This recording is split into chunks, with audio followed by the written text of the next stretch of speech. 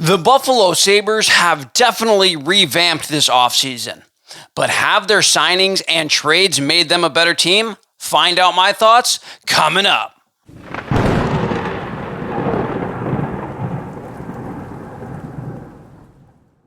What's up, everybody, and welcome back to another video of Sports Talk Buffalo. We are now several weeks past the NHL draft and a full week into free agency, and the Sabres have made multiple signings and multiple trades, but are they a better team?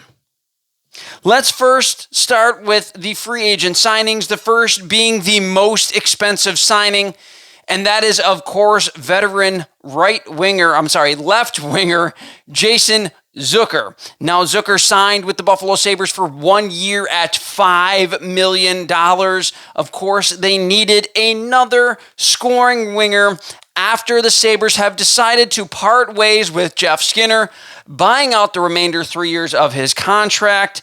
So they settled on Zucker. Now, Zucker is coming off of a 32-point season, which saw him score 14 goals and 18 assists. However, he is a six-time 20-goal scorer in his career, and he is just one season removed from 27 goals on the season. So it is clear that Buffalo believes that he can recapture his scoring touch in Buffalo, whether it be a third-line role or a second-line role with this Buffalo Sabres team. He is a decent middle six guy. He can kind of go in between the second and third lines, up and down the lineup a little bit. He will provide you with some scoring depth.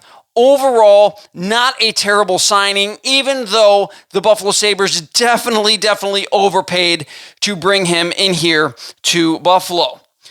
Buffalo also signed multiple fourth-line guys to go with the recent acquisition of Ben Malstein, first being 29-year-old center Sam Lafferty. Now, Lafferty is coming off of a strong season in Vancouver. In his 79 games that saw him score 13 goals and 11 assists for 24 points. He was also a wrecking ball for the Vancouver Canucks as he amassed 191 hits in those games while averaging just 12 minutes per game. He is a quality fourth-line addition for this Buffalo Sabres team. He brings speed. He brings physicality. He absolutely brings a little bit of scoring touch, something that it appears this Buffalo Sabres team is trying to go into the direction of, as that third and fourth line has been lacking in physicality and speed for several years. Now, as we talk about the Malstein trade and the signing of Sam Lafferty, I believe it is pretty clear the Sabres wanted to be a lot more physical and get tougher to play against in their bottom six, as I just mentioned, as they also added Nicholas Aube-Kubel. If I said that wrong, I apologize. A physical fourth-line right winger who had 159 hits in just 60 games. He also has a little bit of offense in him as he chipped in 16 points, which was 6 goals and 10 assists. It is very clear to me that this Buffalo Sabres organization wanted to go in seemingly a completely different direction. They wanted to add a ton of speed. They wanted to add a lot more physicality. This Buffalo Sabres team wants to go up and down the ice very quickly. And in the last couple seasons, as I mentioned, the bottom six of this team was very slow, more of a plodding type bottom six. And that is going to be completely different this season. And hopefully Lindy Ruff can get them to all buy in to what he is selling heading into the season.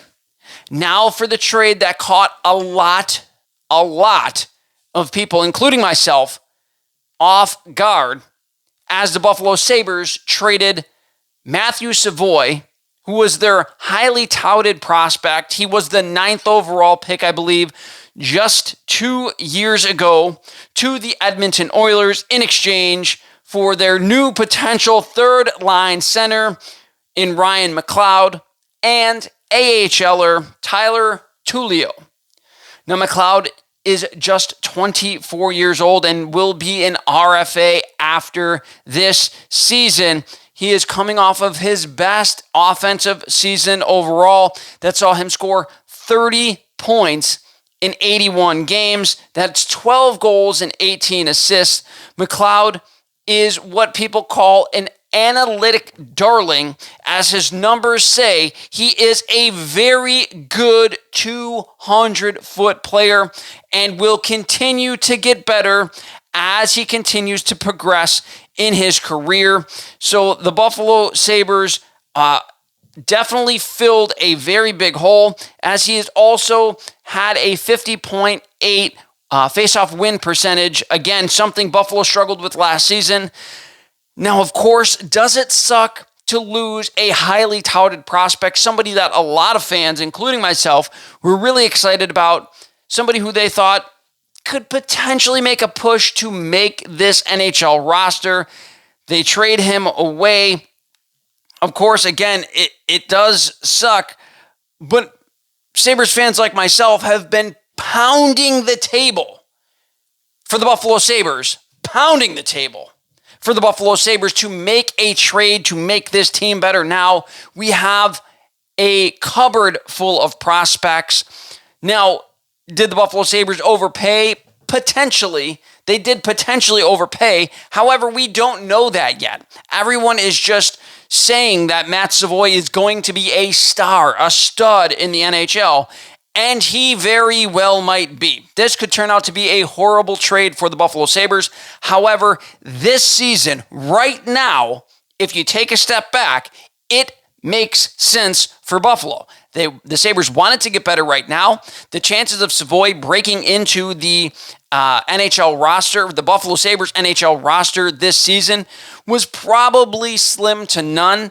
Everything that is being said is he is better off on the wing, and the Sabres don't need more wingers. They needed another center. So trading Matt Savoy for a McLeod could definitely help the Sabres' depth down the middle this season, right? This season.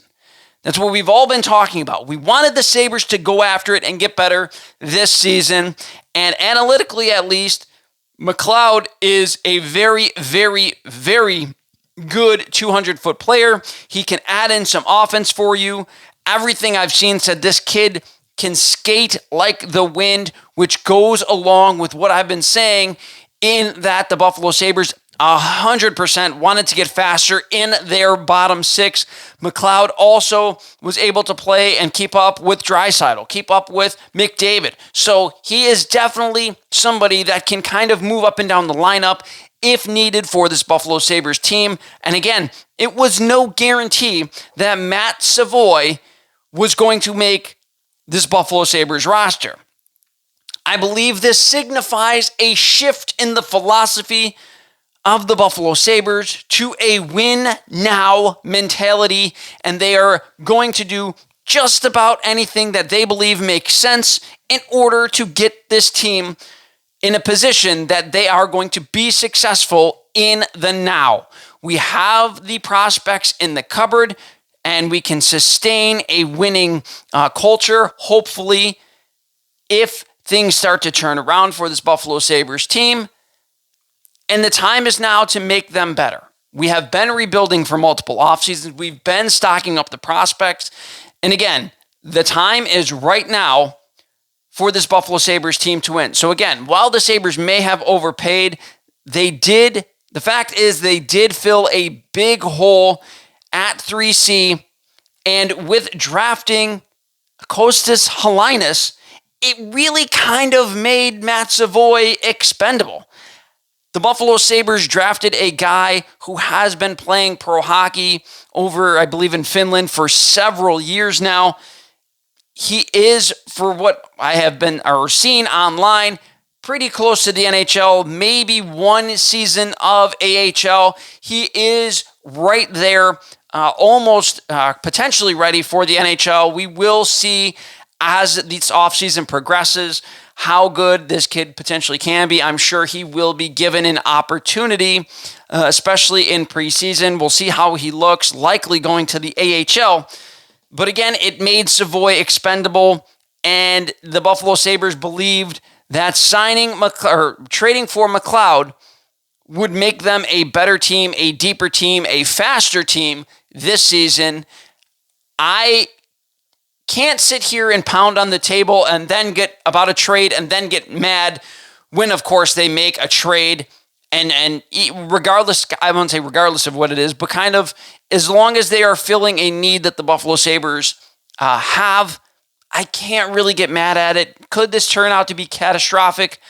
It could be, but as of right now, this seems like a fairly decent trade for this Buffalo Sabres team. They get immediate help, and they trade away one of their prospects that they have too many of, essentially, right now. So it's kind of a win-win for both teams. Maybe Matt Savoy turns into a stud playing next to Connor McDavid if he gets an opportunity to in Edmonton. Only time will tell. However, I love the direction that this Buffalo Sabres team appears to be going in. Faster, more straight ahead, a lot more physical and in your face and tougher to play against. And it will be up to Lindy Ruff to get all of these guys to buy into his system and play that style of game. Let me know what you guys think in the comment section below. Are the Buffalo Sabres better now than they were last season? And do you believe that this is a playoff team? I want to thank you guys all for watching. Remember to like, subscribe, and hit that notification bell so you guys never miss a video. And as always, have a fantastic week.